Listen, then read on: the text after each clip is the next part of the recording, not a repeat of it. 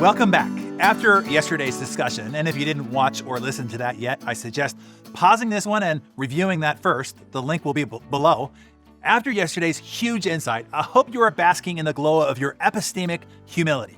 Epistemic humility, also known as intellectual humility, is a term that captures the act of letting go of previously conceived ideas and certainties. It is when we recognize the limits of our own knowledge and become willing to acknowledge that our beliefs and understandings may be fallible or incomplete.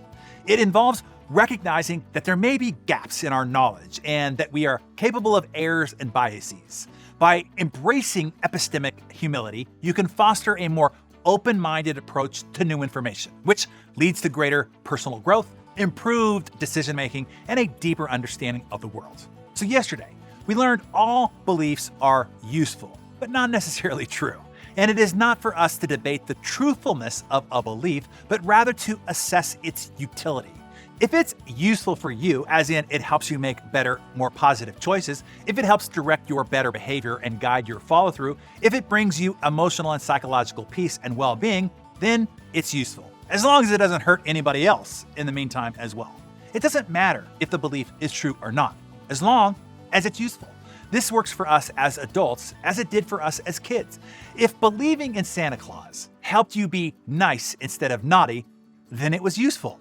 If believing in the tooth fairy helped you see something potentially terrifying, a piece of your body breaking off from your skull and leaving you with a giant hole, as a good thing, something with a magical reward, then it was useful. If wishing upon a star or throwing a coin into a fountain made you believe stronger in your goals and ambitions, then it was useful. If believing carrots improved your vision or spinach increased your muscles like Popeye and you ate more vegetables because of it, then it was useful. If holding your breath while passing a cemetery helped you overcome the fear of cemeteries, then it was useful. If blowing on a scraped knee to make it heal faster got you to stop crying and focus on getting better, then it was helpful. If strapping on a blanket and wearing it as a cape made you feel stronger and more confident, then it was helpful. Do you see? Here's why this worked when you were a kid, and the big, giant secret, not so secret, that I'm sharing with you here today. Beliefs make emotions, and emotions make actions. And of course, actions drive results. Did you get that? Actions come from emotions, and emotions come from beliefs. So, and this is the big idea here, choose whatever belief makes you take the action you want to produce the results you desire. Let me give you some examples of the type of things that you can choose to believe. You can believe, I am absolutely 100% in control of my destiny. Or you can believe, I am subject to the circumstances placed upon me by my government, by the economy, by my boss, by the demands of my family, etc. You can believe this is the best time to be alive. The world is full of opportunities and possibilities. Or you could believe times are difficult. The game is rigged. There is a scarcity of opportunities and success is limited. You can believe every setback is a step forward in learning, growth, and development. Or you could believe setbacks are failures that prove I'm not good enough or capable enough. You can believe people are generally good and have a great capacity for kindness. Or you could believe people are inherently selfish and untrustworthy. You could believe diversity enriches society and fosters understanding. Or you could believe differences divide people and lead to conflict. You can believe I have the power to create positive change in the world. Or you can believe I am powerless to make any significant impact or difference. You can believe I am resilient and can overcome any obstacle. Or you can believe obstacles are hard, debilitating, discouraging, and insurmountable barriers that defeat me. You can believe I attract positive and like-minded people into my life. Or you could believe I attract negative and toxic people who bring me down. You can believe the world is constantly evolving and changing and progress and bringing never-ending excitement and opportunity. Or you can believe change is unsettling and leads to fear, uncertainty, and instability. And once again, the huge insight here is, it doesn't even matter if it's true or not, like Santa Claus or the Tooth Fairy, only if it's useful. Does this belief drive a positive emotion in you? If it does, then that emotion will drive your action, which will get you the result that you're after. Derek, my friend, as I mentioned to you in the last episode, talks about how you can use this in very simple make-believe terms.